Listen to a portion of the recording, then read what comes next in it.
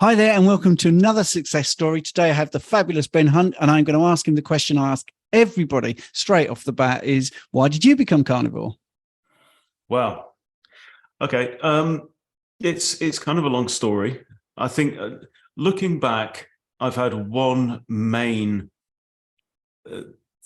theme running throughout my entire life, which is, I would say, trying to figure out how can we be happy and healthy, enthusiastic, loving humans walking free upon the earth. How are we supposed to live, and how are we supposed to live happily? And I'd say 30 years ago, I was a mad, crazy eco freak. Literally, my Hotmail account was Eco Freak UK. I was a proper greenie, and even just like 5 or 6 years ago, I was really passionate about growing vegetables. I thought, how can we get back to the land? I was a big follower of John Seymour, the self-sufficiency guru from the 70s and stuff like that. And I decided that it would be a great way if we can build soil, if we can draw down CO2 from the atmosphere before it chokes us all to death and fries us and stuff like that. Then how can we grow more of our own food? Okay. And I even went as far as coming up with designs for houses that would incorporate compost systems and greenhouses and stuff like that. And interestingly, that took me to a bunch of conferences and seminars run by like the Sustainable Food Trust. And I've been to the Oxford Real Farming Conference a few times. And I started to hear things that people were talking about the vital role of ruminant animals on the land. And that really kind of piqued my interest. And they were talking about things like DHA and EPA and conjugated linoleic acid. And what are these things? And the place of cows and sheep and ruminants in the cycle of a healthy environment. And that got me really curious.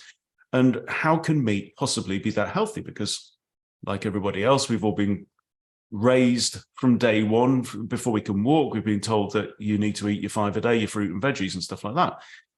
And so I started to look around, because that's what I think we should do. And when you find a new idea, you should pull on the thread and see where it ends up. As a big Facebook user, I found my way onto Phil Escott's 100% Carnivore and Beyond group. And I thought, which was a complete shock. What people eat seriously only meat. Okay.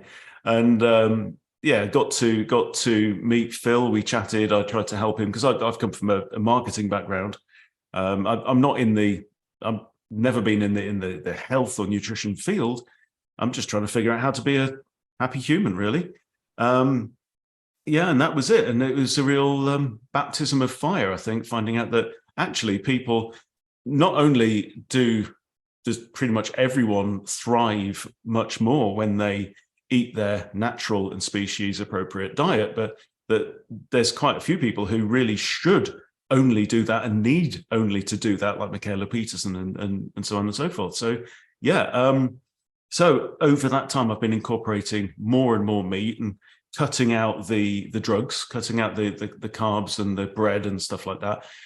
I've never managed it long-term completely. I wouldn't describe myself as a carnivore, but I definitely fuel myself now nearly exclusively with animal fat, sometimes with beer as well. I'm learning to cut that one out.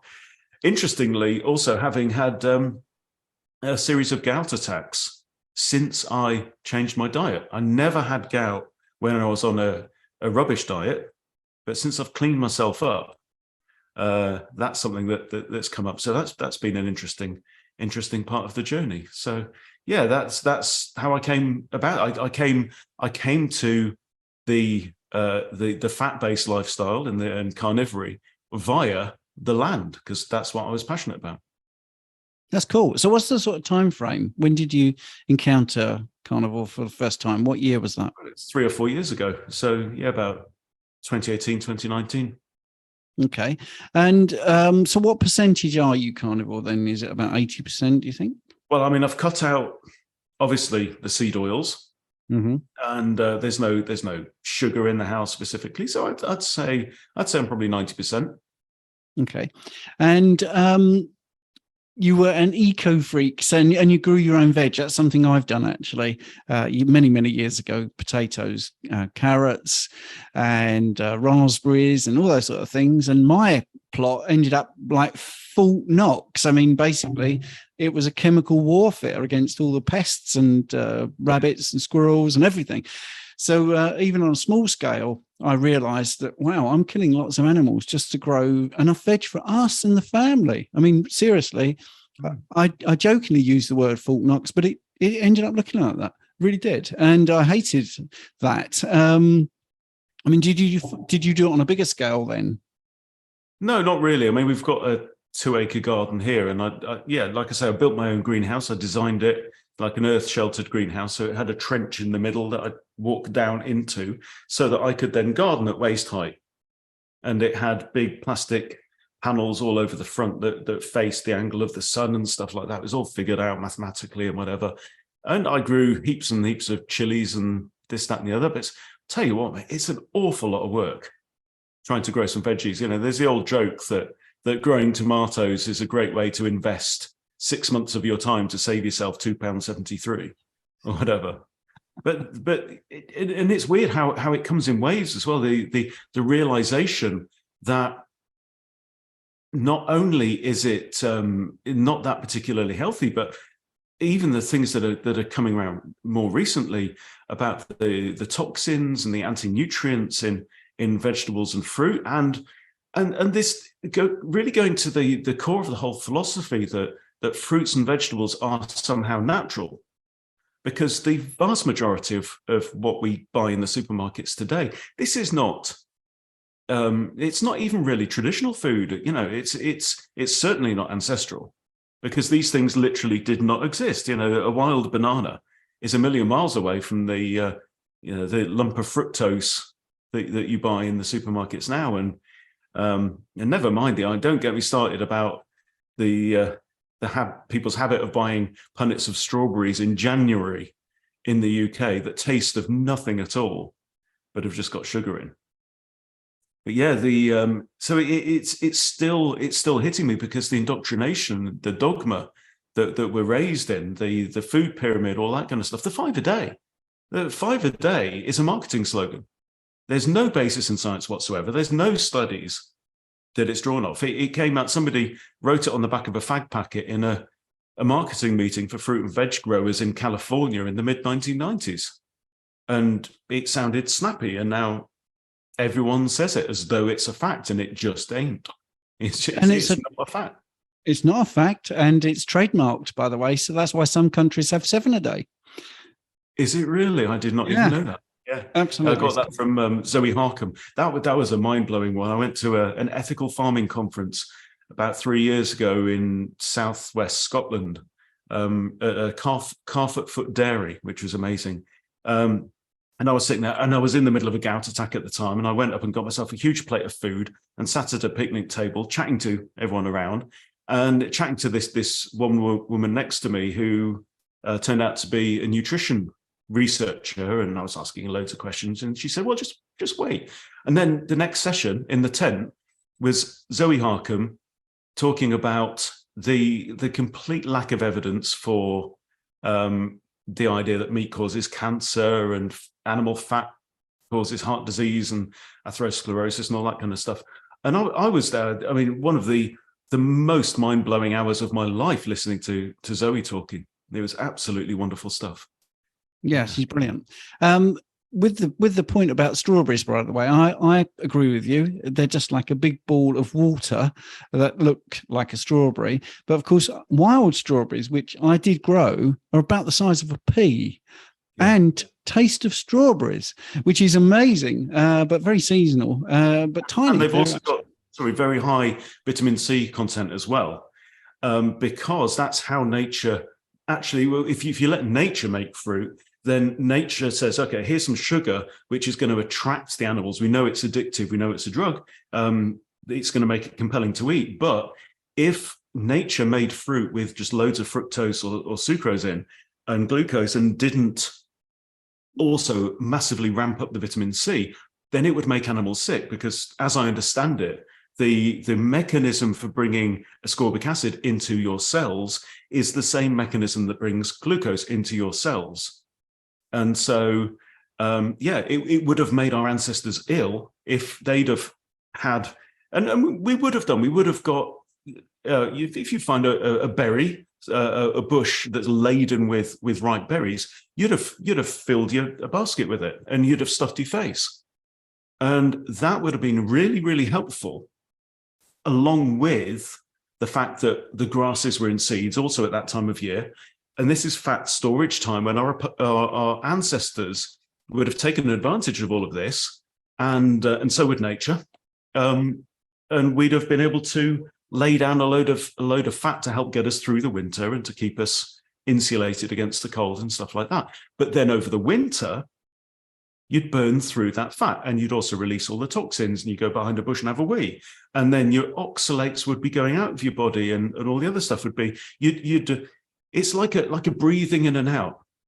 So I'm really big on the philosophy of ancestral life and how it all works. And it's just like the phases of the moon and the cycles of the seasons, that you'd load up on deuterium and oxalate and all this stuff, which are toxic in their own way. But then you've got the long out breath through the winter, where you'd release this stuff using your kidneys, your sweat, your breath, and whatever like that. But the problem today is, and why half the population is we're now heading for obesity and metabolic disease, is that they just put fructose in everything and sugar in everything. It's like at least 70% of all the products on the shelves in a US grocery store have added sugar. And that's because it's all run now by economics, not by nature. Yeah, and I think with the fruit and veg also, I mean, that's, the hybrids, and they're bred in a certain way to be hardy and basically have much better chemical warfare against things that will kill them. So we're eating the fruit and veg that can survive, and has been manipulated to survive even more, because we've, humans, not me and you, obviously, humans have got involved and thought, wow, we could make this even better. So I like the way you're thinking. Now, you snuck in something which is unusual. You see, many people don't talk about the negative sides of trying a new diet, but you did mention that you've had a little bit of gout. So what's your theory about why that's happening?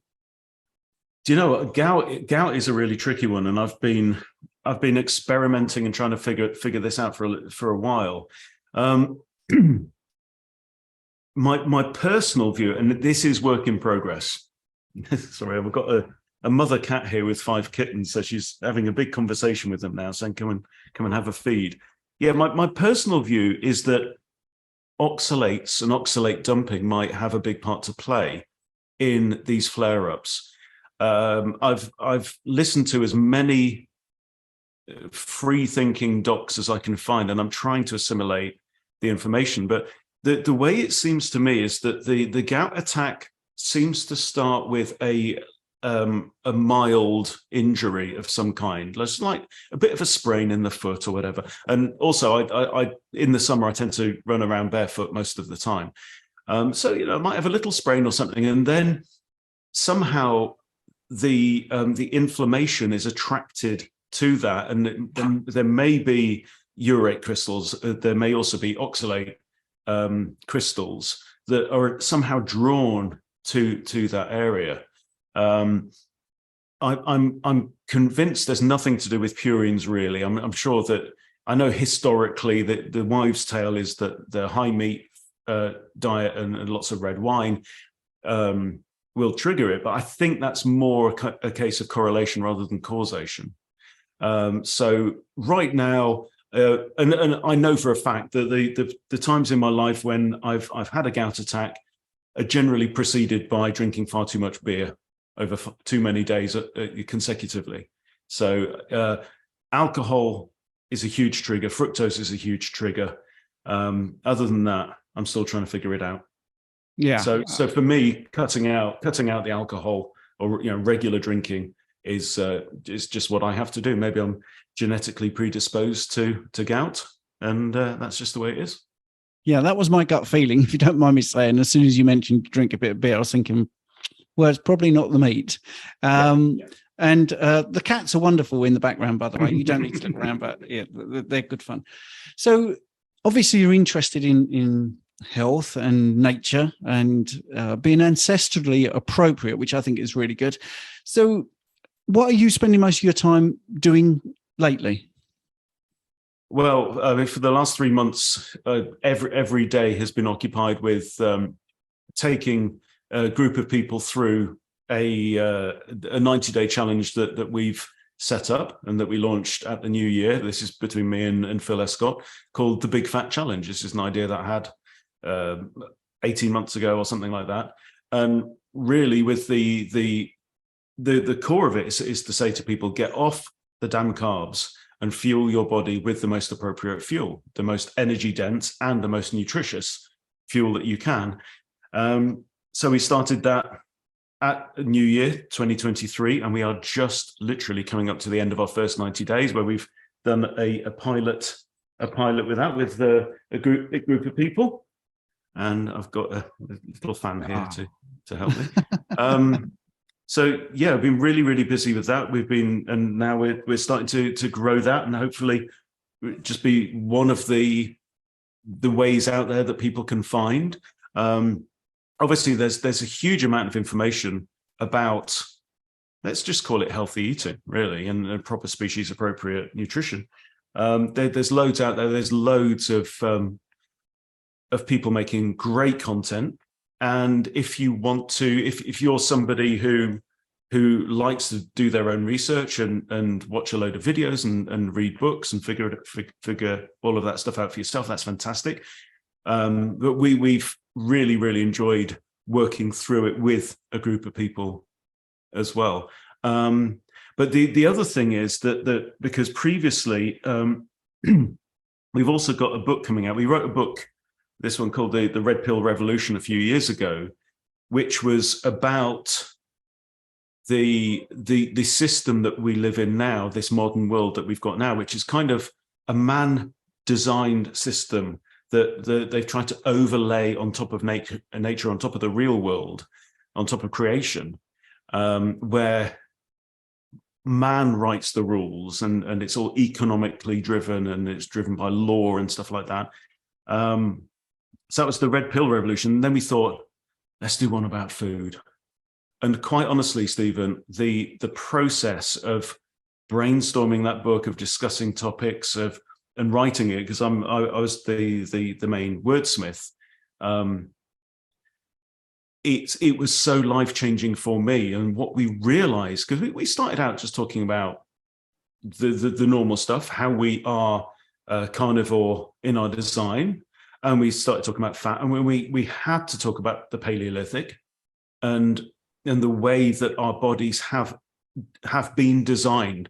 However, you I don't care whether you think it's God or Mother Nature or evolution and Darwinism or bloody aliens. I don't care, But we have this design that we have, and we have been designed and molded by the passage of the seasons and whatever sources of nutrition were available in different parts of the world. And humans have pretty much, we colonized the entire world except for Antarctica over the space of 100,000 years or less. And a lot of that time also was in ice ages. So don't start, anyone who tries to tell me that we're supposed to eat leaves and stalks and tubers and fruit in particular, need to give their head a wobble.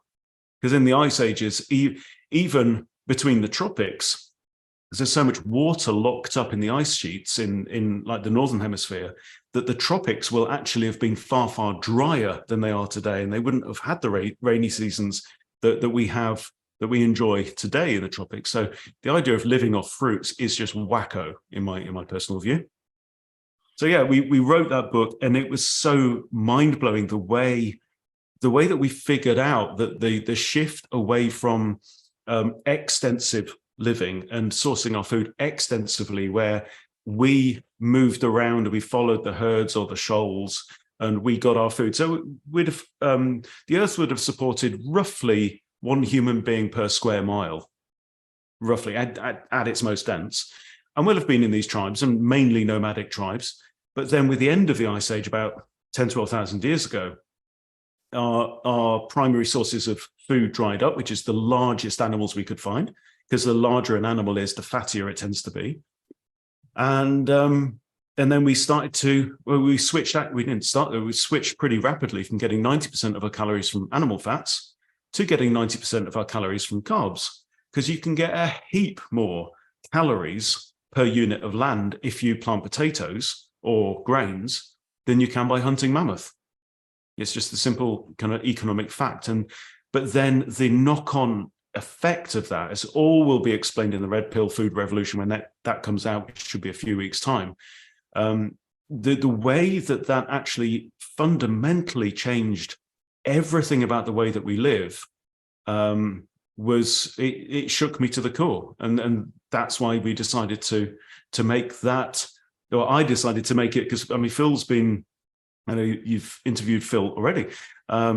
Phil's been helping people to fix their health for years and years and years since he had to do it for himself. But for me, it was like a big shaft of light came down, and I thought that is the mission. That's the thing. I believe in this so much, and it's so shocking and it's so challenging that I need to throw myself into this 100%. So that is now what I do, and I find myself in a not dissimilar situation to yours, out there carrying the torch for eating properly. Let's put it that way.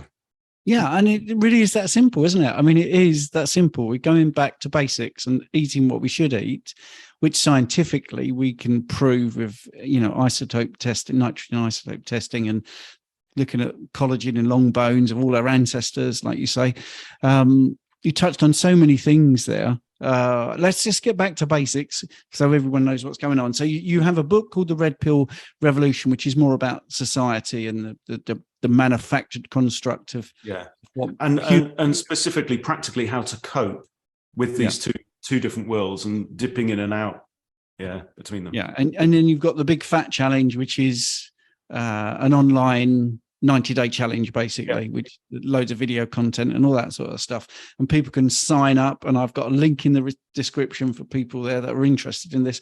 There's plenty of stuff there, isn't there? There's like audio, part of your audio book version. And then you've got videos, I think 90 hours or something like that of video. 90 hours of recorded coaching calls. We've also got lots of little mini episodes that we've recorded, and one challenge per week that you can do, and you can do it over 90 days. You can do it over 9 days if you prefer. But the feedback that we've had from the Red Pill Food Revolution, although the book itself is not out, it's not on sale yet, you get the book in audio form as well.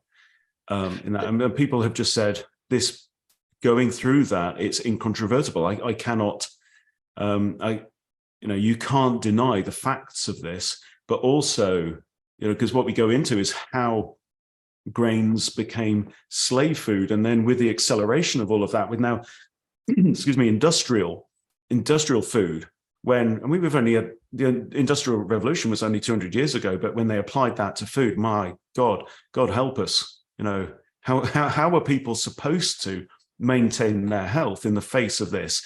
And the profits from that, because this crap is so cheap to make, compared to real food, that that big food money, the big money, has just now basically just rolled over everything. So to the point, like we say, the USDA, the United States Department of Agriculture, is the source for the National Dietary or Healthy Eating Guidelines in the US, and it's just the same over here, really. And then you look at who actually puts these things together. If you look at Denise Minger did a great job with Death by Food Pyramid and stuff like that. She goes into it a lot more as well. So the big realization is that you can't trust government, our elected representatives. You can't trust the science, because that is also bankrolled now by the food sector. And you can't trust the doctors, because they get no training whatsoever. And that really their whole education process was bought and paid for by the Rockefeller Foundation 100 years ago as well. And the problem is that if you allow yourself to stretch your natural trust in authority to the point where it has to snap, that you then turn around and go, hang on, the world is not the way that I thought it was. And it can be a bit of a scary experience. So that's one of the things that we want to help people through, and also give folk some hope as well, and positivity that we will get through this, and we can do it together. And also the realization that this 0.01% of people who have most of the money and most that we believe have most of the power will not overcome humanity.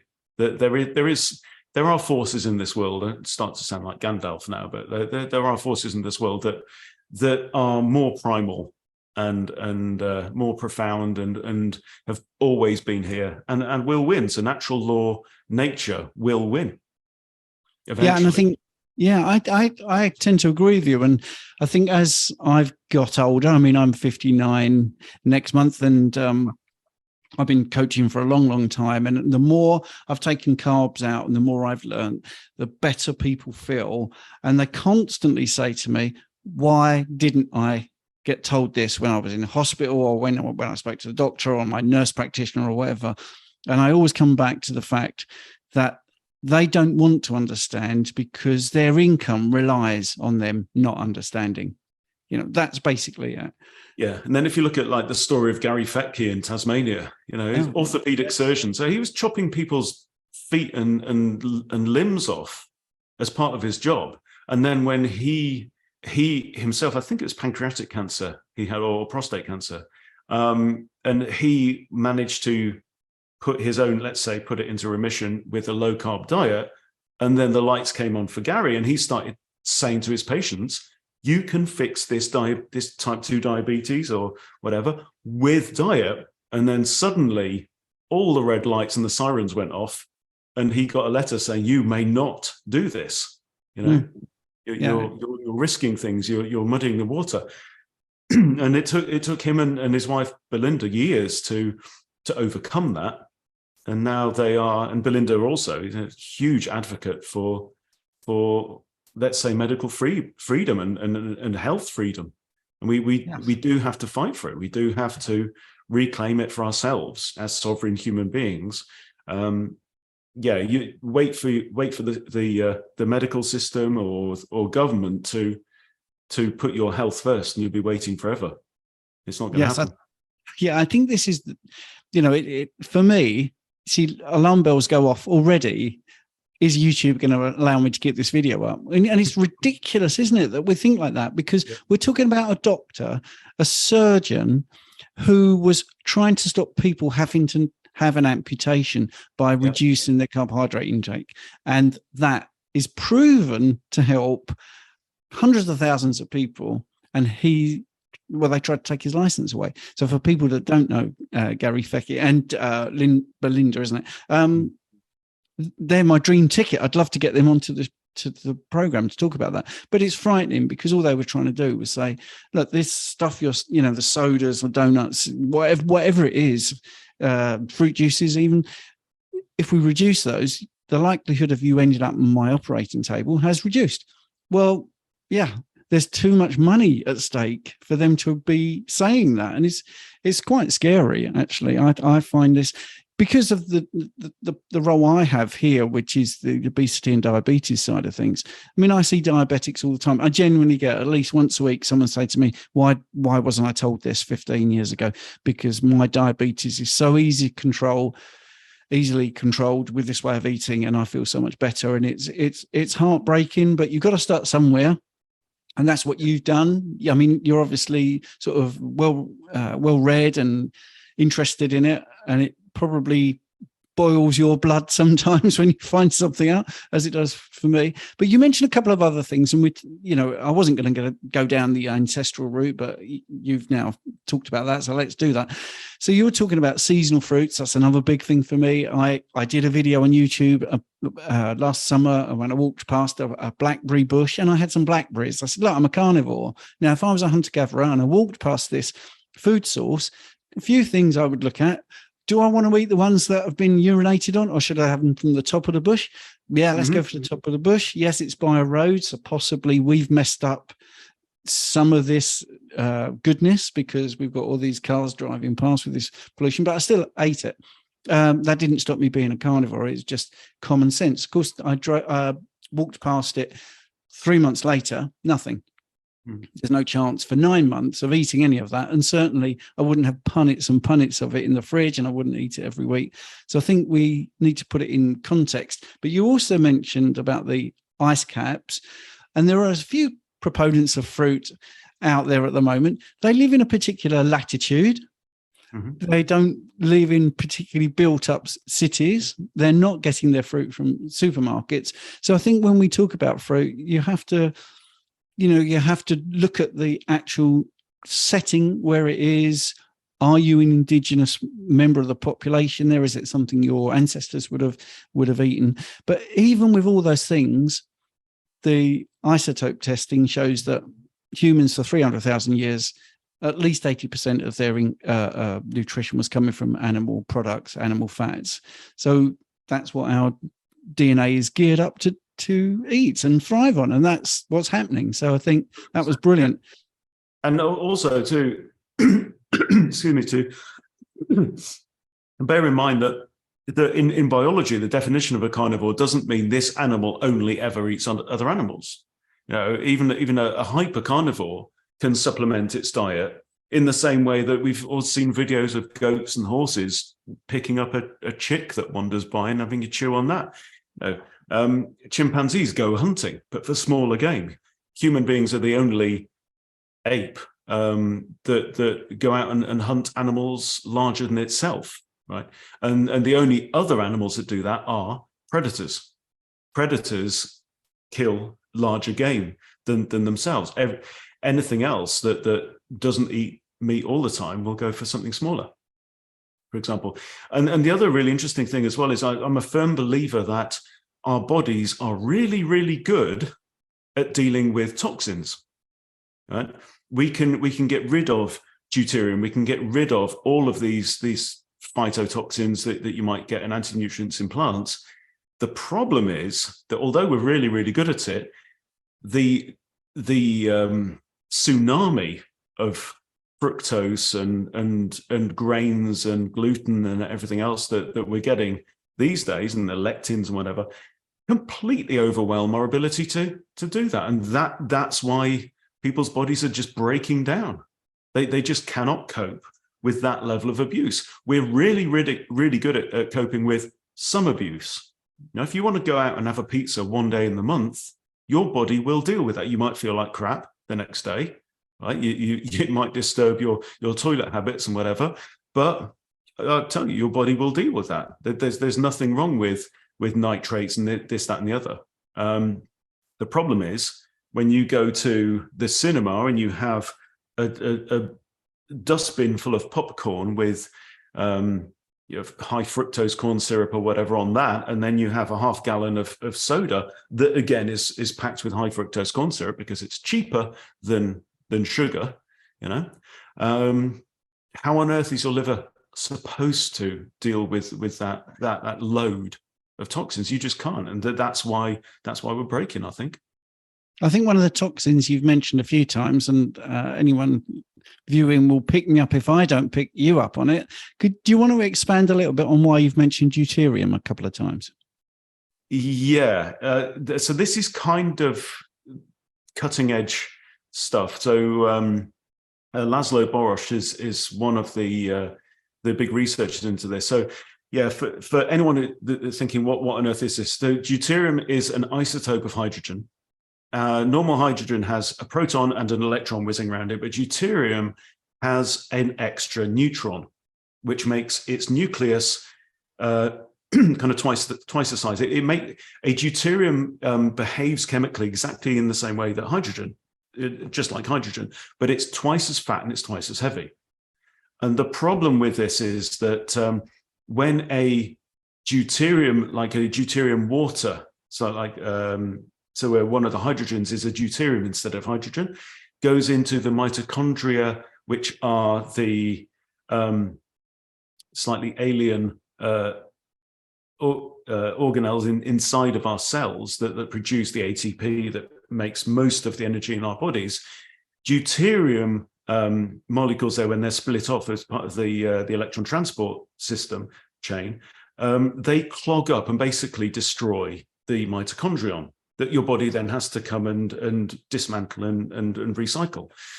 So the more that happens, the lower your body's metabolic performance is, the less energy you've got and stuff like that. Now, normal water these days has something like 160 parts per million of deuterium. So it's a very, very tiny amount compared to the proper hydrogens that are out there.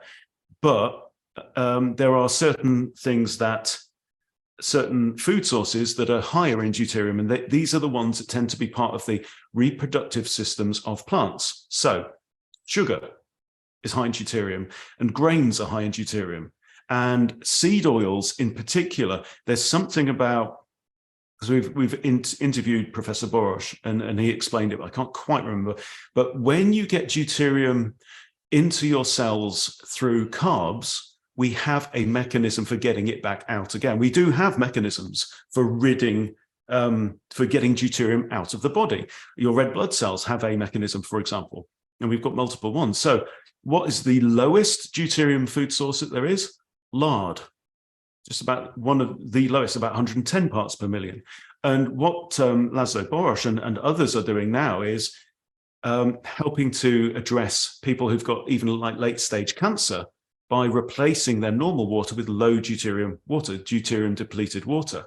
And they can just do that by drinking it. It's really expensive. So, but you're actually much better off simply getting your energy from animal fats. And the reason is because animals have evolved methods of stripping the deuterium out. It will go out through your stool, through your urine, through your breath even, right? It goes back out. So the fat that I store in my fat cells is already slightly deuterium depleted.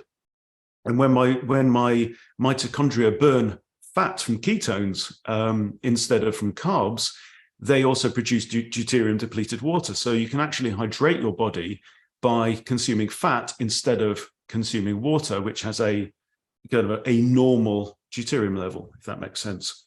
Yeah, it makes sense. Total sense. I mean, one of the things I'm big on is people that watch my channel like all this sort of stuff, and they also like the basics. So I'm going to go back to your 90-day program, if you don't mind. So is it packed full of very practical help? Like, for instance, you said there's a challenge a week. Could you give us an example of what a challenge would entail in 1 week? For example, cut out, I think, right at the start, cut out the damn seed oils. We go into detail about where these horrible things have come from, the fact that they were originally industrial lubricants, they were never intended as food. But once you sign over the management of your society to big money, then what's going to happen? They're going to say, well, hang on, this is a waste product. I wonder if we can sell it to people and tell them to eat it, right? And that's what happened. We had, I think Crisco was made by Procter & Gamble, came out at the very start of the 20th century and was on the shelves for 90 years before they figured out that trans fats were incredibly toxic and they were forced to remove it. But by then they've invented sunflower oil, safflower oil, corn oil, soybean oil, and all of these things, mainly because, they're so darn cheap to produce compared to growing a cow or a pig or whatever. So yeah, that's one. And cutting out the sugar, and we just go through level by level, and we do also then get onto the more refined things. So, for example, managing artificial light at night and stuff like that. But it's all connected to the ancestral reconnection. which is very important, because if you think about the way that we experience light, it would obviously be dark all night, and you'd get certain wavelengths of light appearing depending on the time of year, and they would hit your eyes and it would hit your skin. And our whole hormone cycle is intimately tied to the different wavelengths of light and UV and visible light that we get at different times of day. So if you're up at midnight watching telly with white light coming out, which has got lots of blue in it, that is saying to your body, it's midday. If you go to bed and stare at your phone to find out what time it is, bang, big flash of white light that's got the full spectrum and blue in it, then that's saying to your body, again, it's midday. So that what that does is it then interrupts the whole sequence and the cascade of hormones that then tell different parts of your body to go and clean out dead cells and recycle and all of that stuff. And that's why we wake up in the morning going, oh, I'm really tired. I've not slept properly. Whereas really we should be just bouncing out of bed ready to go hunting. Yeah. And I relate that to animals. My dog, when I wake him up, it's incredible the amount of energy that he exudes and just runs around like it's the most exciting thing that's ever happened. But that's how we all should be. And I think that's one of the disadvantages of this job, and certainly with me, with clients in America and Canada and all over the world, I'm exposed to screens because it's part of my job. Sadly, the restrictions have made me an online presence rather than sort of one-to-one, which is what I used to do. And I definitely noticed the difference in my energy levels. It's nothing to do with the way I'm eating, definitely not. It's just the fact that I can't get away from screens. So that's one of the things I always say about the advice that I give out, and I think you'll be the same. We still live in this world. So it's not a case of saying, pack it all up and go and buy a farm, which would be lovely. We haven't got the money to do that, but you mitigate those issues. So if you're aware that you're working online, then you have to do things to mitigate it. And I certainly do that. I make sure there's some downtime, and I might go out and look at the sky in my garden. And it's just a way of doing it. And that's what I do basically with my clients. I just make sure that if they have a problem, then they just mitigate it in some way. So I think dealing with the real world is a really important factor. I mean, do you touch on that on the Big Fat Challenge? Yeah, for sure. I mean, that's really ultimately what it's all about. It's just that fixing your food is really one of the biggest broad strokes improvements that you can make. One of the easiest things that you can do. It just takes two things really. One is that you have to retrain your thinking about it, because we've been indoctrinated to think a certain way about food, that you should get more fruits and vegetables and also do more exercise. If you're overweight, it's your fault because you're not eating enough fruit and veg and you're not moving enough. And it's nonsense, absolute nonsense. I mean, I've lost about 4 or 5 inches off my waist since January, and I've not done any more exercise at all. I've just ate more fat and liver and mackerel and stuff like that. So yeah, the reconnection to simply how we have always been. So getting the sunlight on your eyes first thing in the morning is a great way to kick things off. You could do a leptin reset as well by making sure that you eat pretty soon after getting up. Even things, we even go into things like getting your feet onto the ground. If you think about it, ancestrally, we would have been in contact with Mother Earth practically 100% of our entire lives. We'd have slept on skins in a cave or whatever. We'd have been walking around barefoot or wearing leather shoes. And it's pretty easy to show that the normal human body, or most people's bodies now, are slightly positively charged, as in we are slightly starved for electrons. And if you were to hold like a micrometer that measures electrical current, and you put the other end into the ground, you will see that a stream of electrons is flowing from the Earth, which is slightly negatively charged, it's got a slight surplus of electrons, into your body. And that's also something that can be helpful. So, people have also done, if you look up a documentary on YouTube called Grounding or Earthing as well, it goes by both names. a really, really good documentary about how people have simply used being in contact with the earth to help alleviate various symptoms as well. And in general, it's not just one thing that we don't have. Here's the thing, like, modern medicine, this allopathic system of medicine, they love to say, oh, it's one thing, right? So that we've then got a product. Here is a product that we've developed that does that. And the way that Phil talks about it's like turning up at the mechanic saying, I've got a warning light on my dashboard, but I don't know what it means. The mechanic comes out and hits it with a hammer, smashes the warning light, and then says, there you go, it's fixed. And that's what allopathic medicine does. Ultimately, it's really simple. We need to get back to living our lives as closely as possible to the way that human beings have always lived.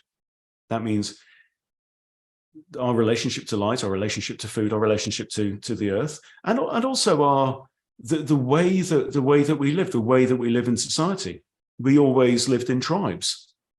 We didn't live in cities of a million faces that are all strangers to us. We went and sourced our own food. We went and sourced anything we needed from nature. We had the skills, and we taught the skills to each other of how to, if you had a particular ailment, which herb or fungus or whatever might help with that. And we learned that, and we passed it down between ourselves. And that's that kind of lore. We've lost that over time. So I have hope that we're starting to rebuild that. Well, I think people are in touch with that sort of thing. I mean, if you go on a really microscopic view of the population of the world, you've had all these people in the Big Fat Challenge. They've done their 90 days, and they've come to you and said, we want more. We want to be part of this community. We want to be part. And that's why you set up this monthly Big Fat Tribe. Yeah. Big Fat Tribe. Yeah. And I think that's good, because that happens all the time. I mean, I definitely coach clients that I say to them, you really probably don't need to do this anymore. And they just ignore me and keep booking, because they like to talk about other people in the group, and, they just like other people's successes, and they like that touch base of sanity. If you want to see more of this type of thing or that type of thing, then just check out this video.